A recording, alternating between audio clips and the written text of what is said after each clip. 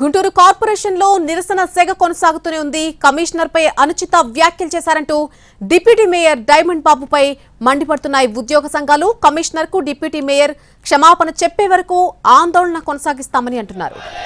ఇక గుంటూరు కార్పొరేషన్ వద్ద నిరసనకు దిగినటువంటి ఉద్యోగ సంఘాలు రోడ్డుపై బైఠాయించాయి.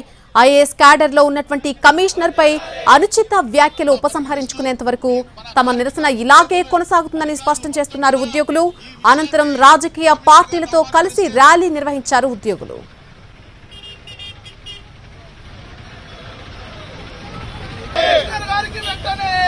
చెప్పాలి